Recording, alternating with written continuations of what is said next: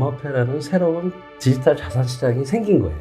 그러면 자산 시장이잖아요. 예. 그럼 기존의 자산 시장들 우리 수없이 많은 경험을 했잖아요. 예. 그 자산 시장의 특성과 속성은 똑같다는 거예요. 아, 손해 볼 수 있고 이익 볼 수 있고. 예, 암호화폐라는 디지털 자산 시장만 독특한 게 아니라 자산 시장의 특성을 따라갈 거라는 거예요. 금은 전략 자산에 들어가 있지 않고요. 미국에서 말하는 전략 자산이라는 건 핵, 달러. 황금성 측면에서도 금보다 비트코인이 훨씬 실용적이라는 거죠. 금은 이제 들고 이제 금은 거래소에 가서 한돈 팔게요 뭐 이래서 현금 좀 주세요 뭐 이러고 코인은 지금 뭐 업비트나 빗썸 우리나라의 어떤 그 거래소들이 있는데 거기서 이렇게 거래하면 바로바로 현금이 되니까. 근데 또 금 같은 경우에는 진짜인지 가짜인지 또 보증서가 있어야 되잖아요. 근데 비트코인은 진짜인지 가짜인지가 확실하니까.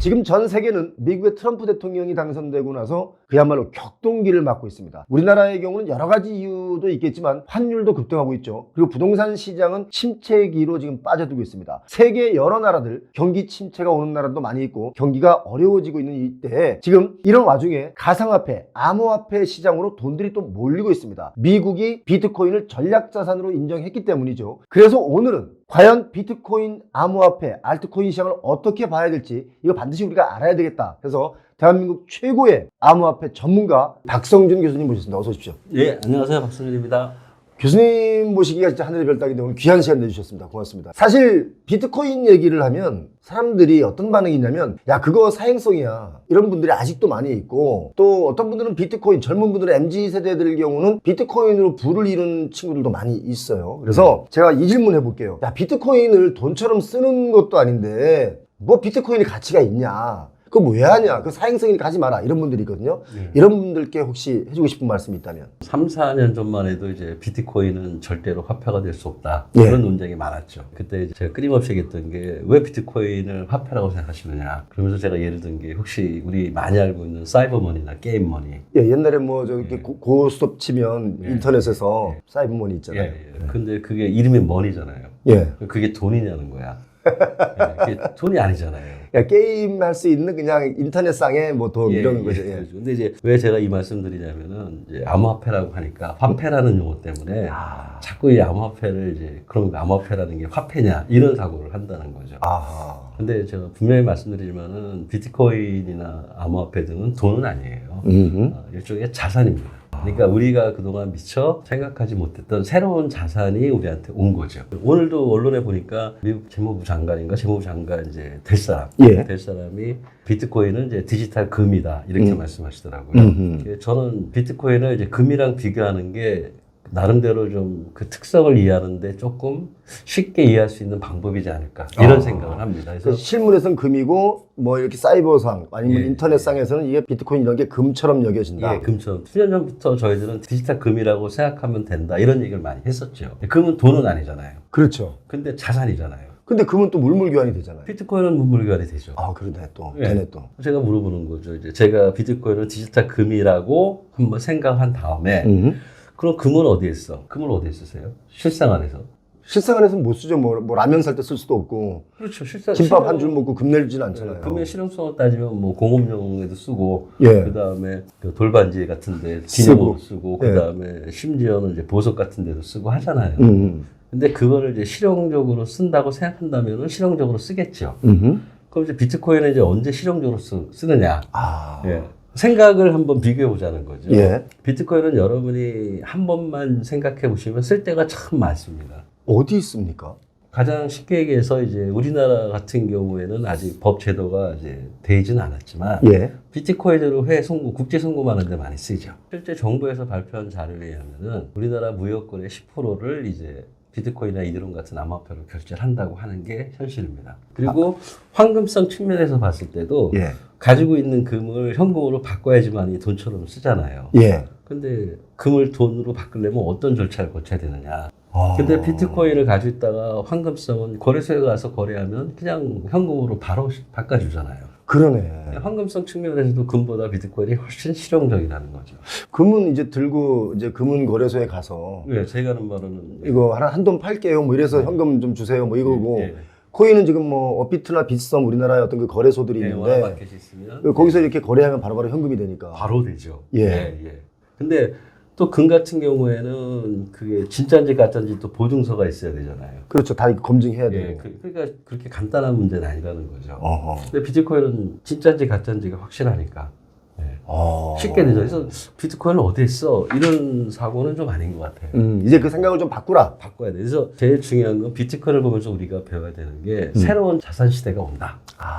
예, 자산이잖아요. 예. 비트코인을 처음에는 자산으로 인정을 안 했죠. 예. 그냥 거품이고 이제 영어로 간다는 수많은 전문가들이 예. 했었죠. 왜냐면 거기서 인터넷에 있으니까 뭐가 안 보이니까. 예, 그리고 그러면 보이잖아, 우리 눈에. 예, 그리고 정부에서도 실체가 없다는 얘기하고 내재적 가치가 없다는 얘기하고 몇 년 전에 그런 말 했었어요. 예, 지금도 그 사고를 유지하는 걸로 알고 있습니다. 음. 예, 계속 말씀드리는 게 실체가 없다는 게 그게 무슨 의미냐는 거죠. 안 보인다는 거잖아요. 인공지능 보이세요? 인공지능 안 보이죠? 인공지능 어디 있지? 안 보이지? 안 보이죠. 그냥 정보혁명, 인터넷혁명 거치면서 모든 거는 가상세계에 있는 거지 그렇지. 실물 세계에 있는 게 아니잖아요. 예. 요새 인공지능이든 뭐든지 간에 데이터가 아주 굉장히 중요하다네요. 그렇죠. 데이터가 눈에 보이세요? 데이터 안 보이죠. 예.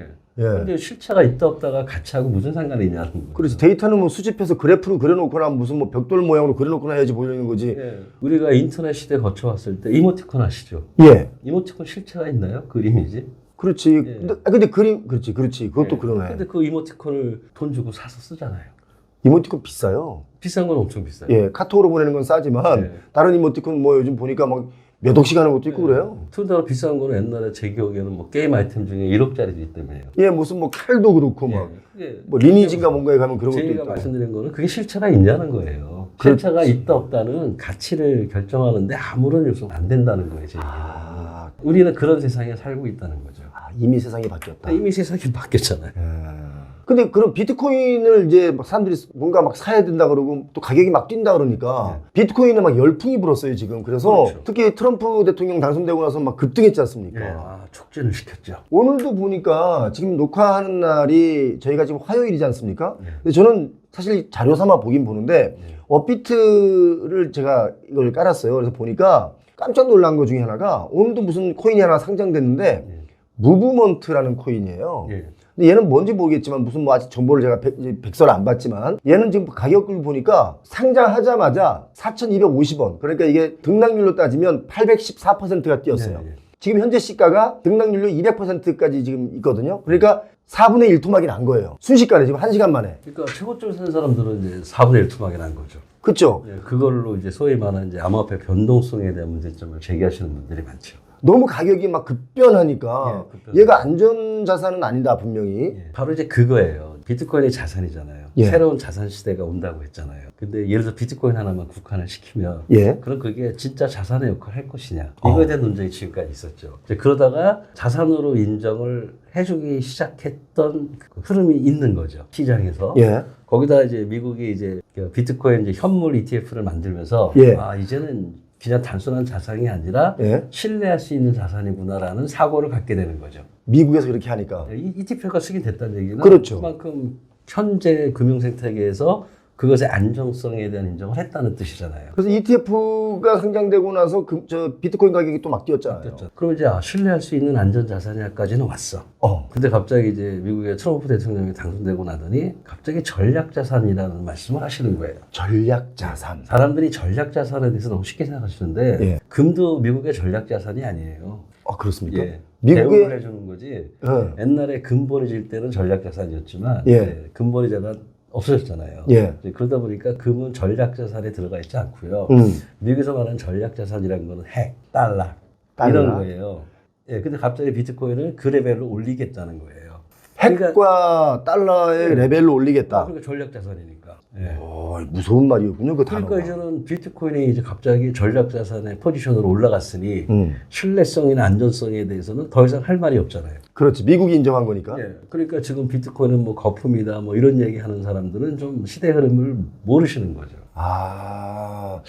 저희 이 방송 보시는 분들 비트코인을 그 뭔가 사행성으로 보지 마시고 일단 공부 차원에서 끝까지 좀 들어주시기 바랍니다. 비트코인이라는 게 그 정도의 이제 전략자산에서 포지션을 찾았다는 얘기는 이제 그만큼 비트코인을 포함한 암호화폐 시장에 대한 기대 효과가 나타나겠죠. 그렇지. 예. 그리고 새로운 자산 시대가 열렸다는 거를 저는 선포한 게 예. 그게 저는 트럼프 얘기라고 생각합니다. 근데 이제 아무래도 비트코인뿐만 아니라 알트코인들 많이 있지 않습니까? 그렇죠. 예. 근데 이런 코인 시장에 문별하게 또 뛰어들었다가 정말 많은 돈을 까먹는 분들이 있고 예, 지금 그렇죠. 오늘 같은 경우 제가 좀 전에 말씀드린 것처럼 무코인인가는 800%까지 뛰었다가 지금 200%에 머물러 있으면 네. 이만큼 지금 순식간에 이게 쪼그라든 거잖아요. 예, 그러면 그- 망하는 사람도 많잖아요. 투자했다가. 이게 뭐 방송에서 특정 코인에 대해서 평가하는 건 좀 그렇지만 무브먼트 같은 경우에 망했다고 저는 아직은 안 보는 거죠. 아직까지 뭐 결과가 나온 게 아니니까 네, 지금 그러니까 움직이니까. 원래 워너마켓 올라가면은 지금은 이제 그런 일이 드문데 예. 상장 빔이라고 해서 초기에 막 뛰잖아요. 옛날에 모 회사가 그 상장했을 때 500배가 뛰고 막 이랬어요. 예. 그러니까 그런 경우가 요즘은 이제 그 시세 조정이라든지 여러 가지 암호화폐 거래소의 시장의 건전성이 아직 확립이 안 된 상태에서는 그런 일이 생길 수가 있겠죠. 근데 지금은 이제 정부에서 강력한 규제를 통해서 암호화폐 시장의 이제 건전성을 확보하기 위해 여러 가지 규제 조치를 취했잖아요. 그러니까 상장 때문에 뭐 1000배, 1000배 되는 그런 경우는 없는 거죠. 그러니까 이번 4배잖아요. 예. 4배인가 10배가 됐잖아요. 예. 그러니까 그만큼 이제 제가 볼 때는 최소한 기술적인 특성이라든지 그다음에 시장의 성장 가능성을 본 거죠. 그 암호화폐. 그러다 이제 갑자기 오르면은 이제 주저하는 매물이 생기겠죠. 그렇죠. 단기 차익을 위해서. 그러다 보면 이제 급락할 수가 있겠죠. 예. 이제 그런 차원에서 봐서 투자를 할 때 이 그 돈을 벌었냐 안 벌었냐는 거를 단기적으로 생각한다면은 예. 벌 수도 있고 안 벌 수도 있겠죠. 그렇죠. 주식도 그렇지 않나요? 그렇죠. 예. 요즘 주식도 뭐 계속 내려가고 있는데. 주식도 예를 들어서 단기적으로 난 돈 100만 원 넣었다가 200만 원 벌레 하다가 100만 원 넣었는데 200만 원까지 올라갔다 욕심이 생겨서 좀 기다렸는데 갑자기 150원으로 떨어져. 이런 경우 많잖아요. 많죠. 예, 제가 지금 말씀드린 모든 경우는 이런 단기적인 걸 얘기하는 게 아니라 예. 최소한 3개월, 6개월 중장기적인 관점에서를 말씀드리는 거예요. 단기적인 가격 변동 요인은 뭐 어떤 일이 일어날지 예측할 수가 없잖아요. 근데 중장기로 봤을 때는 얼트코인 같은 암호화폐들의 기술적인 특성이라든지 그다음에 그거를 발행한 회사 신뢰성이라든지 그 서비스 모델의 수익 가능성, 지속 가능성 같은 걸 보면서 종합적으로 판단해서 투자를 해야지. 그렇지 않고 그냥 지금 막 갑자기 가격이 급등해. 그럼 나도 들어가서 놓칠까봐 가서 샀다가는 큰일 난다는 거죠. 그래서 그렇게 투자하지 마라. 제가 분명히 말씀드리고 싶은 거는 암호화폐라는 새로운 디지털 자산 시장이 생긴 거예요. 그러면 자산 시장이잖아요. 예. 그럼 기존의 자산 시장들 우리 수없이 많은 경험을 했잖아요. 예. 그 자산 시장의 특성과 속성을 똑같다는 거예요. 손해 볼 수 있고 이익 볼 수 있고. 예, 암호화폐라는 디지털 자산 시장만 독특한 게 아니라 자산 시장의 특성을 따라갈 거라는 거예요. 그래서 지금부터 저는 이제 계속 말씀드리는 게 공부 좀 하셔야 된다. 예. 주식 투자할 때 우리 시간과 노력을 투자해서 뭐 유튜버도 듣고 공부도 하고 하면서 이제 하잖아요. 예. 그렇다고 성공할 확률이 얼마나 될 것 같아요? 왜 그치. 자꾸 공부해도 그렇지 좀 예. 힘들지. 암호화폐 시장도 마찬가지죠. 만약에 뭐 공부해서 만약에 전문적인 지식이 있다고 다 떼돈 번다 그러면 저는 이미 재벌이겠죠. 그렇죠. 예. 따지면 그렇게 하기야 뭐 따지면. 주식 전문가라고 해서 막 방송하는 사람들 있잖아요. 예, 예. 그 사람들 솔직히 그 계좌 까잖아요. 예.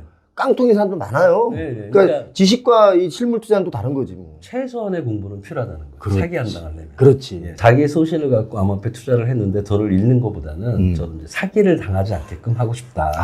예. 그러니까 말도 안 되는 암호화폐 투자해가지고 뭐 사기당한 사건들이 우리나라에서는 생각보다 많습니다. 보통 보니까 다단계가 많더라고요. 예, 대개는 다단계랑 연결돼 있죠. 그렇죠. 예, 그런 거에 대한 조심하라는 얘기는 끊임없이 제가 하고 있는 거고요. 근데 어떤 하나의 암호화폐 가격의 상승성을 얘기하자 저한테 물어보면 저는 얘기를 안 합니다. 그걸 내가 어떻게 하느냐. 비트코인 하나만큼은 제가 끊임없이 얘기했습니다. 지속적으로 상승할 거다. 폭이 문제지. 네. 그 얼마까지 교수님, 그냥 우리 표영호 TV니까 교수님 솔직하게 예. 이제 뭐 예를 들어 앞으로 10년 동안이라고 가정하고 예, 그건 상상을 못 합니다. 그 정도로 많이? 예, 그러니까 어떤 전문가들은 뭐 지금 10만 달러로 돌파하고 내년에 뭐 50만 달러까지 간다는 거. 그럼 뭐 예를 들어서 6억 5천 정도? 예, 5천년도. 원래 2019년, 20년부터 비트코인이 1억 간다는 얘기는 수없이 많은 전문가들이 얘기를 했고요. 조만간. 이미 예전에 뭐 예. 비트코인 1억 간다는 얘기만 했는데 진짜 1억 왔잖아요. 예, 그리고 어떤 전문가는 4억 간다는 얘기도 했었고요. 예. 근데 지금 이제 1억을 돌파했지 않습니까? 예, 1억 4천만 원. 중요한 거는 그럼 1억에서 이제 폭락해서 떨어지느냐. 저는 그거는 아니라고 보는 사람입니다. 그러니까 지속적으로 상승하는데 상승폭은 그 시장이라든지 여러 가지 국제 상황에 따라 달라질 거고. 근데 이제 이번에 비트코인이 급속하게 성장한 그 배경에는 이제 트럼프 대통령의 역할이 컸다. 예, 거기다가 전략 자산화 시켰으니 앞으로 이제 전략 자산이 됐다는 얘기는 미국이 그걸 사야 될 거 아닙니까? 예. 네, 사겠다고 얘기를 했고. 그래서 걷어들이고 있는 건가? 아니, 걷어들이는 것보다는 그러면 이제 어떤 사람들은 전략적으로 생각하겠죠. 2년이나 3년 후까지 내가 비트코인을 보유하고 있으면 얼마가 될 거라는 생각하는 사람이 있고, 아, 이게 이제 하나의 때다. 그래서 지금 산 다음에 자기가 목표한 1억 5천이면 팔겠다. 이런 생각하는 사람이 있잖아요. 예, 시장에 예, 따라서. 예. 그러니까 가격의 상승이 어떻게 될지, 아니면 갑자기 어느 날 매도가 많이 떨어지면 가격이 좀 하락할 수도 있잖아요. 모르죠. 그건 사람의 심리니까. 아무튼 뭐 어차피 주식도 그래프가 있으면서 우상향하는 경우도 있고 그래프가 이렇게 있으면 오르락 내리락 하면서도 내려가는 경우도 있고 하니까 그렇죠. 그리고 자산시장은 다 그런 거죠. 그리고 자산 시장이 흔들려야 돈을 벌죠. 안정된 자산 시장은 누가 돈을 벌어요?